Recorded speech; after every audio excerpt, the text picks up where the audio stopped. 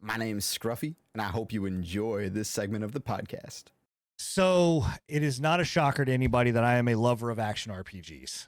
It is not a shocker to anybody that I really love Diablo 4, but unfortunately Diablo 4 has just not been hitting the way that it should.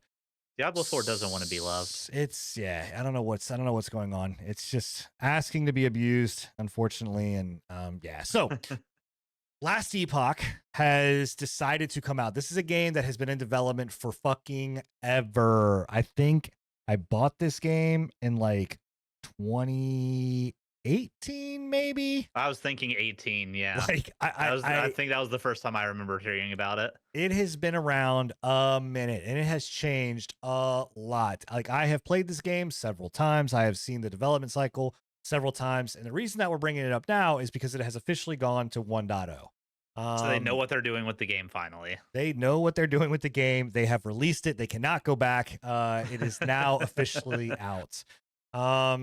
So this one I think is actually $40. I do believe, let me again double check my thing here, Last Epoch. I'm pretty sure that this game is $40.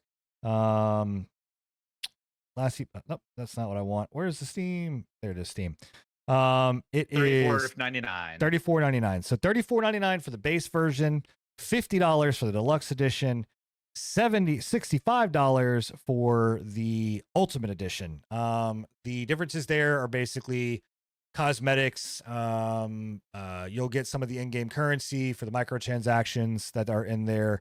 And all microtransactions, all anything that you buy is all cosmetic. It goes very much a la the Path of Exile route, where it's like you're buying portals, you're buying skins. You're not buying like bag space or anything like that. It's just, or stash space. It's solely just skins for and pets. I can respect that. Yeah. Here's what I'll say, right? Like if you have D4 and you have Path of Exile, this is like I wouldn't say smack dab in the middle, but it's definitely like 65%, and it leans more to the Path of Exile side.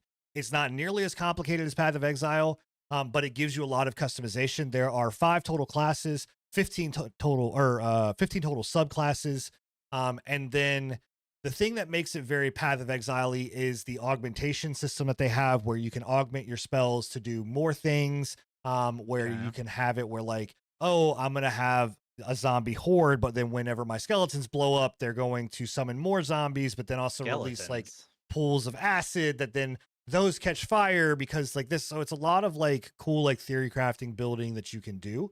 So what you're saying is Enigma will like it because there's a necromancer build. There is a necromancer build in here, and from what I've heard, the necromancer is very good. Is it true necromancer? From everybody that I've talked to, yes, it's still not D2. Like everybody wants D2 fucking necromancer. You're not gonna get D2. I was actually gonna comment that this looks very D2. Like out of all the comparisons that you can make with a top-down isometric, this rings more D2 to me than it does the like 4 Path of Exile or anything like that. It's got that slow pacing to it.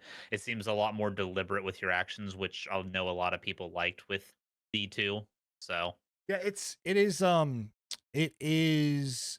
So it starts off slow. You get a lot faster.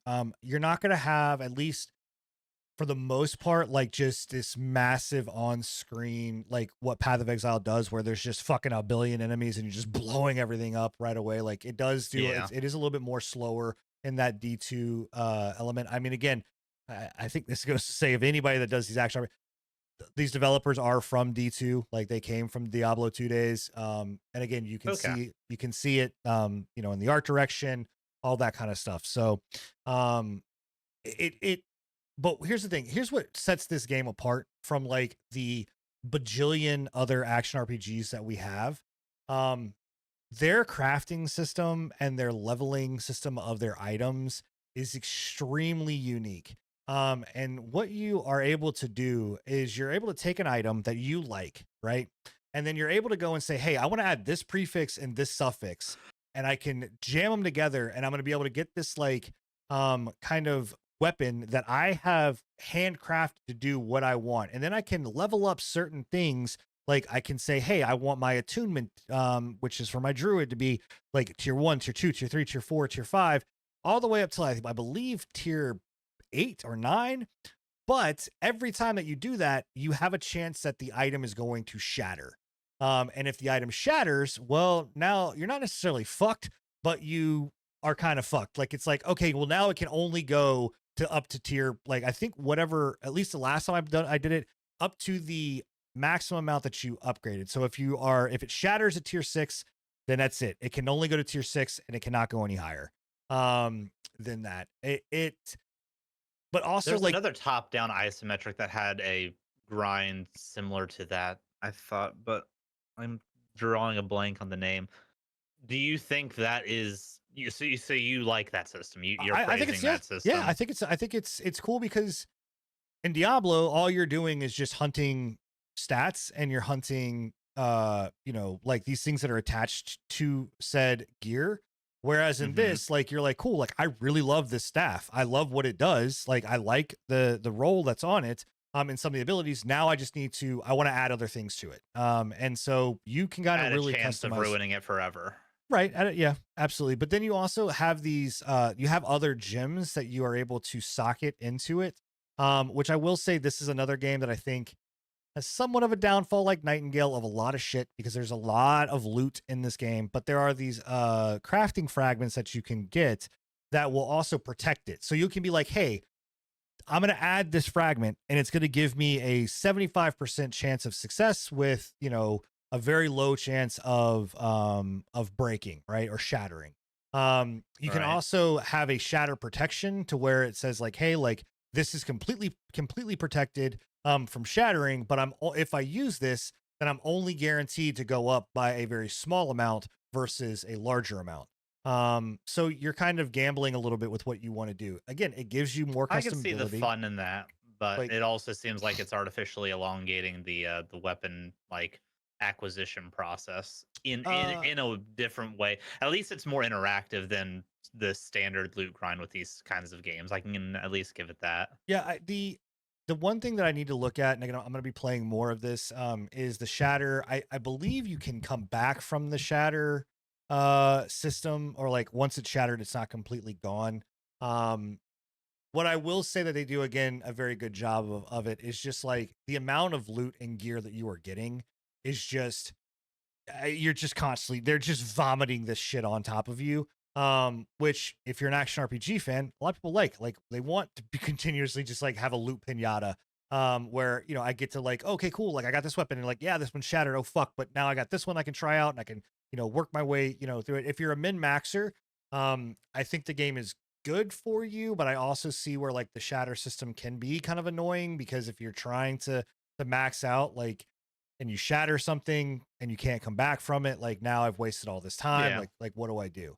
I can see the value in it because putting it into perspective of a game that I am familiar with, like Breath of the Wild, Tears of the Kingdom, and that kind of stuff, the weapon break in those games is 100% permanent and inevitable, but it does kind of give you a reason to experiment with different weapons, different builds, and stuff like that. I don't know if that's as much the case since I'm assuming this is you said it was class based and subclass based. So each one of those I'm assuming can only use certain types of weapons. Yeah, so you have gear that are night only that are locked out to this, but it's not um like anything. Let's just say anything that drops could be used by any other class unless it specifies specifically that it's night. Like it doesn't say like you like a druid can't use daggers. Like that's not a Gotcha. thing. Do those different weapons modify play style like pretty drastically, or are they just more or less an auto attack like skin? No, I mean there are a lot of ability things that they are giving you. Like you'll get a lot of stuff that's like, hey, chance to 60% chance to stun, 50% chance to cast to ignite, or to cast lightning burst or whatever else on an enemy. So I mean I think it I get what you're saying with yeah it. Okay. it changes your play style, but it's not like And the value in groundbreaking. the yeah, and the value in the upgrading I can see actually being pretty beneficial. If you're partial to something, you can elongate its usefulness instead of it just having to be dumped at some point until you hit max level. So Right. I can see the value in Because that. I could tell you one of the most annoying things is like in D4 where I've gone in and I've gone and been like, cool, I'm gonna upgrade my gear. to tier, tier 4, 5, whatever. And then I do all that and I go through a dungeon run and then I immediately find a piece of gear that's just better. And I'm like, okay, cool. I've wasted all this money, all this resources, all this shit on nothing. So this kind of says like, cool, like you have, like, if you really love your item, like upgrade it, keep upgrading it. Right. Because you won't get to like your tier 8s and tier 9s, like that is in-game stuff that you're kind of going toward. And so it's not like a situation where you'll just be like, oh fuck, I just spent a bunch of resources to upgrade this and now it's pointless because I'd rather just upgrade the next thing. Like you can upgrade the current one that you've got if you really like it past that, the one that you just found. It really makes it so you have choice, which is good. So again, I think the game is, it's a fun game. Here's what I'll tell you. It's getting a lot of hate because of the servers. And it's rightfully, I'm seeing mixed reviews right now on Steam for it. Rightfully so, because the game for the longest time has been multiplayer and only one facet, and that was chat. You could chat with other people about the experience that you're going through and loot, and you could link like, oh, guess what I found, but it was a solely single player solo experience. That was it.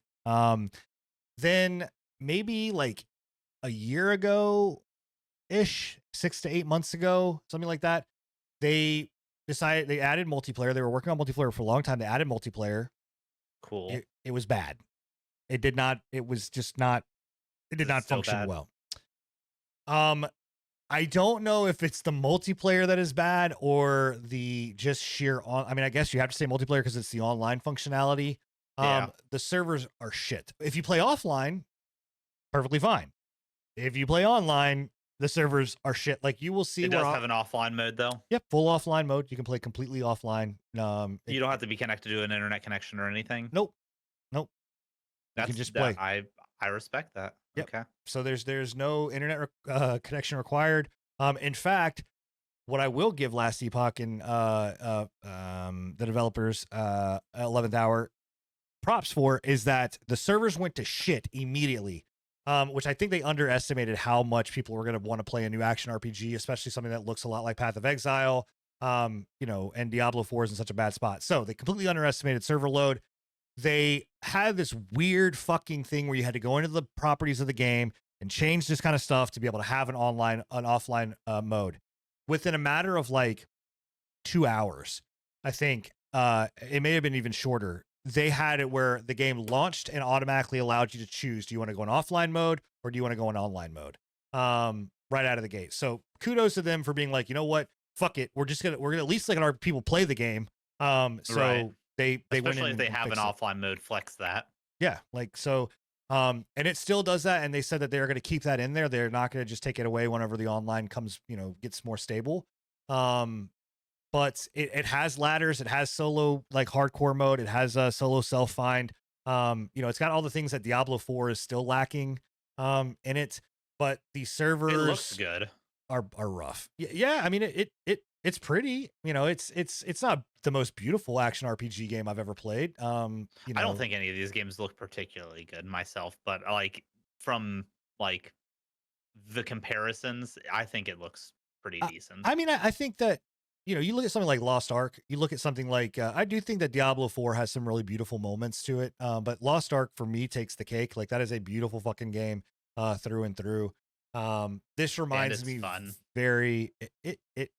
Oh, you're saying this. Yes. Stevens is saying yes. And it's fun. I thought you were about to say Lost Ark. I was like, it's fun to a point until you get to the end game. Then it's fucking, it's rough. Yeah. But the Lost server Ark was also the game I was thinking of with the forever loot grind. Yeah. The servers are like, I will go and load and click something to load into it and I'll sit there. I can still run around. I can still get loot. I can still, fight or whatever else. But then out of a blue, it'll just be like, okay, now we're going to load you into the next map. And if you click back, like if you click back on the mouse, like back toward whatever else, it happened to click like back toward where you just came from. Well, now you're going to warp backwards and now you got a 3-minute wait to come back into it. Like it's tough. Me and Scruffy could not play together. We had some issues being able to play online together and we just could not connect. So they need to fix that ASAP. They do. For sure. So So yeah, anyway, last Does it have sound? Can you Yes, hear it has the sound. game? Yeah, music's really Okay. good. Sound effects are really good. That's Abilities good. are really fun.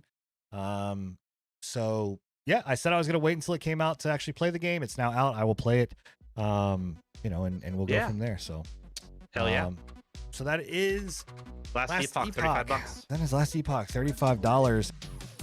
Thanks all for tuning in to the Patch Notes. And if you enjoyed and want to see more, you can catch us live every Thursday night at 10:30 p.m. Eastern, or catch us after the fact at anchor.fm/prepatch podcast. See you next time.